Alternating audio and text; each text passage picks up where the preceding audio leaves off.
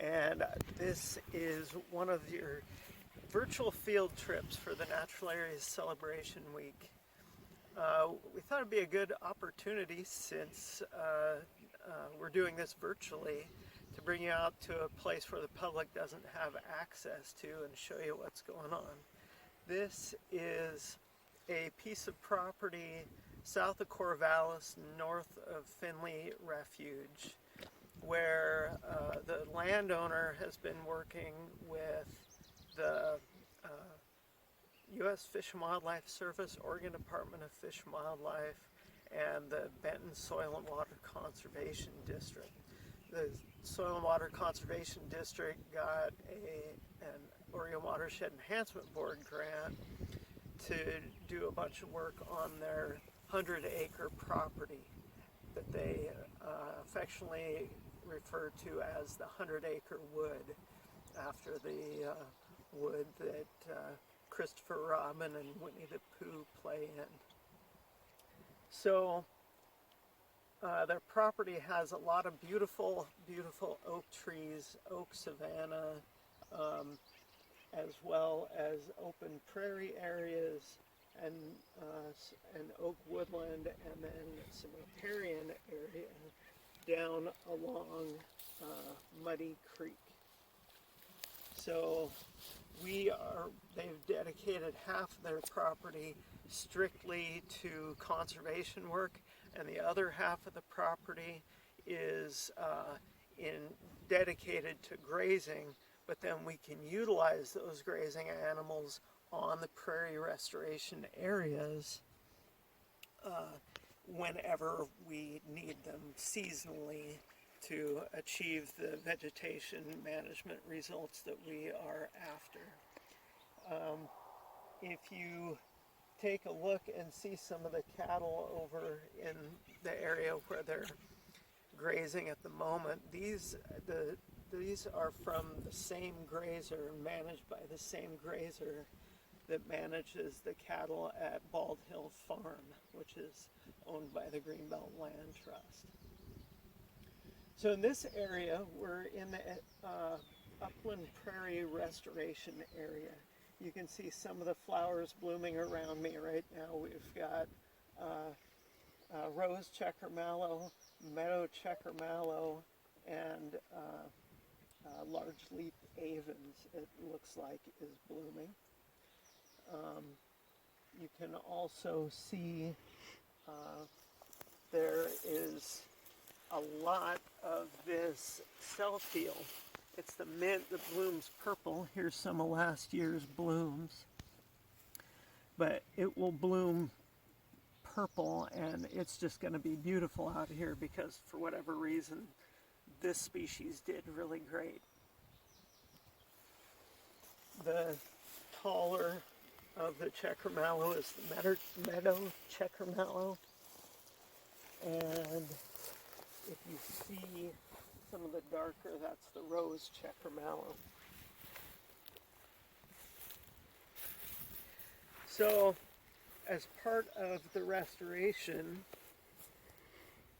we did a bunch of seeding, and we also have been using herbicides to deal with some of the non-native plant pests. So if we get the camera turned around right here, you'll see some green grass. Maybe we'll just come over here. Here is some of the nice green Romer's fescue. And then right beside it is some dead grass. This is creeping bent grass. And the bent grass is really bad because it fills in all the spaces and is so competitive that it's hard for other plants to get established. But it is susceptible to grass-specific herbicides, and the Romer's fescue is not. So we can spray this with grass-specific herbicides, and it doesn't hurt the flowers, and it doesn't hurt the Romer's fescue, but it hurts all the other grass. Here is some native sedge that we have growing, some upland sedge, and of course the oak trees themselves are the probably most important habitat feature we've got out here. There's lots of acorn woodpeckers and lots of other oak-associated birds like western bluebirds, and we heard American kestrels, species like that. Acorn woodpeckers. Did I not mention the acorn woodpeckers? This place is thick with acorn woodpeckers, and actually 2 years ago there were 5 Lewis's woodpeckers that spent the winter here, which is pretty amazing. You don't often get concentrations of them, and this is one place where we had some. So we are going to move over now to the oak woodland and take a look at some of the oak understory there.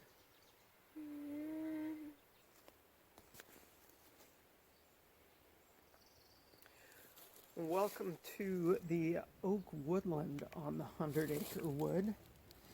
This area was extremely overgrazed when the landowners first took ownership of this and started working with conservation partners. The cattle were in here all the time, and they would spend too much time in here and graze all of the native wildflowers off. So we weren't even sure what was in here. So we had them stop grazing in the spring, and we got this flush of native wildflowers that came underneath. So some of the species we've got is right down below us here. We've got some columbine. Here is some, my favorite common name of this buttercup is the disappointing buttercup. I'll hold it still there for the camera. The disappointing buttercup, one of my favorites. We've also got the native bedstraw.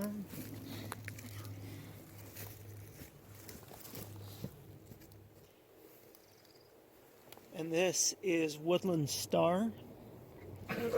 Then right here we have Pacific sanicle, a species that sometimes people mistake for buttercup.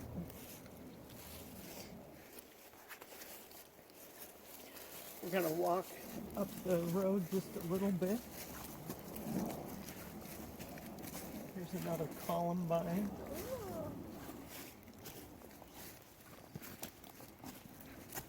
Here, unfortunately, while we're catching the bloom of some things, we've missed the camas. The camas in here bloomed really early. And the other thing that there's a lot of in here is this fawn lily. And the fawn lily is just thick. I've never seen so much fawn lily on a piece of property before. It's really quite amazing.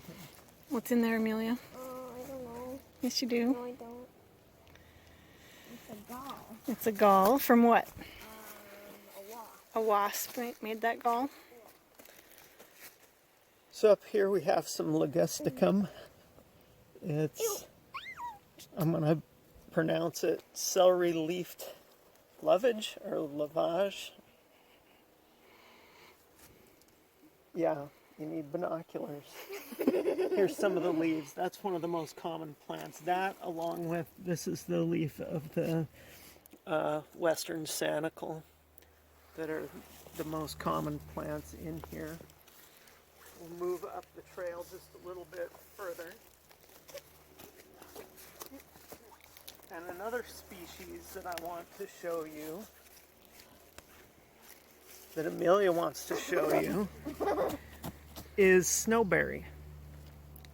And had it not been for grazing all those years, this would all be solid snowberry under here, and probably solid oak trees too. If you look at this, here's the oak trees. So in the absence of grazing, we're starting to get some of these things popping up.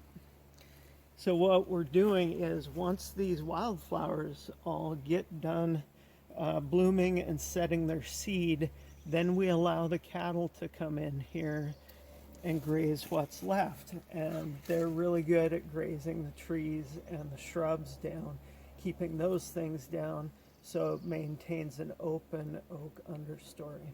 So being able to manage with cattle grazing is really important on this property. This is sticky. We also have some candy flower blooming. That's the pink.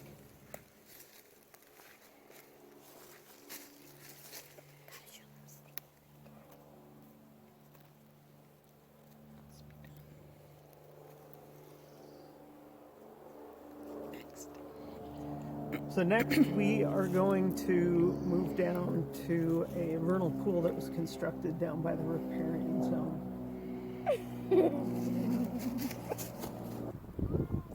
We're just going to make a quick stop up in the cattle grazing area. Like I said, half the property is just being managed with cattle grazing. That's still great for the oak trees, but we don't have the high diversity prairie plants in mind here. But one thing I wanted to tell you about this spot is that we are hoping that the Oregon Vesper sparrow shows up here. They've been petitioned for listing under the Endangered Species Act, and we're really worried about their numbers. And some of the only places that they still exist are places that are grazed, like Bald Hill Farm. That's got the most Oregon Vesper sparrows in Benton County. What we're hoping is they show up here, and the American Bird Conservancy is doing some tape playbacks to see if we can use that to attract Vesper sparrows to this particular spot, because we know there's some north and south of here. So the cattle keep the grass clipped off in really low stature state, and that's what the Vesper sparrow needs. So we're keeping our fingers crossed. These are bluebird or swallow boxes. The reason is they're paired is because the swallows can take one and the bluebirds will take the other. If you just have one, then you get swallows or bluebirds, but not both. There's bluebirds just down the hill. I don't know if you can make it out on the barbed wire, and then another one on a looks like a tree that has been planted that may not be alive now.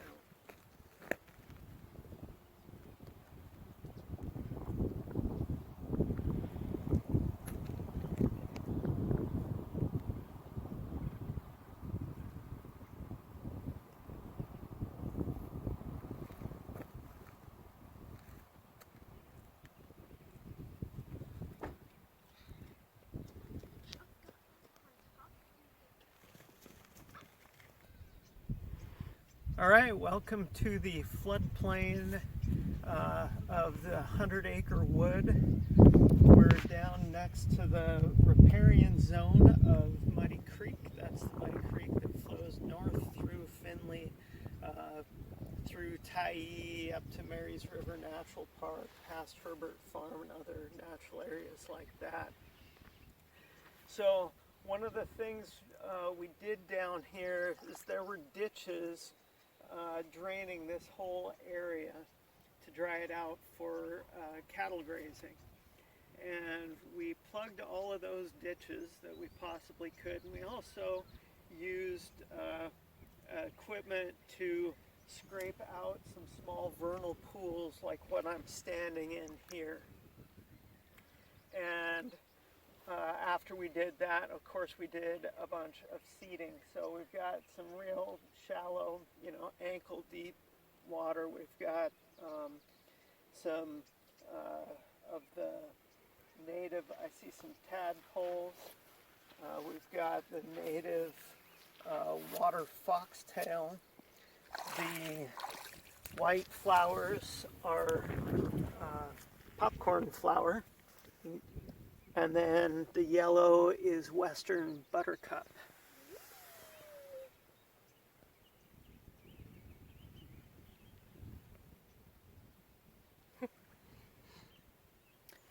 Turning around, we've got some sea blush. Plectritis. A lot of people also call it rosy plectritis. And we've got some bicolored lupin. This is one of our annual lupins.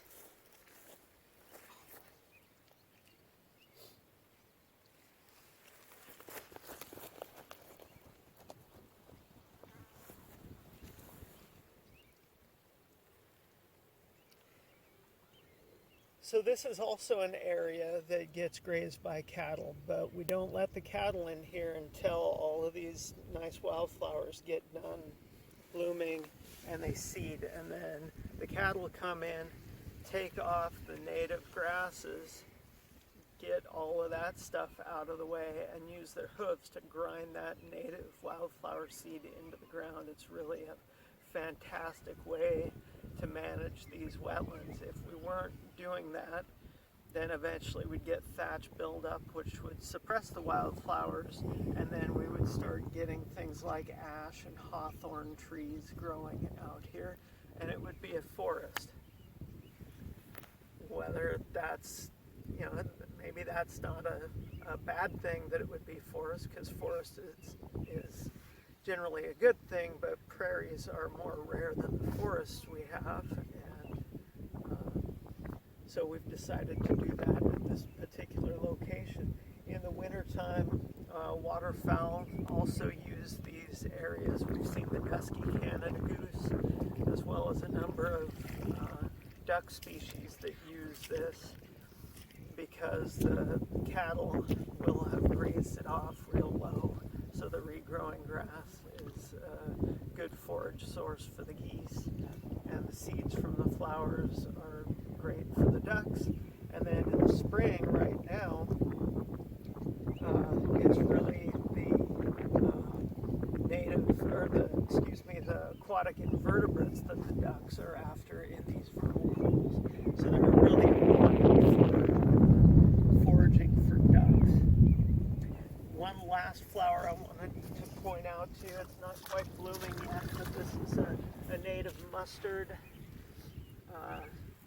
It's called, I can't remember what it's called, I know the genus is Roripa. So just another vernal pool wildflower.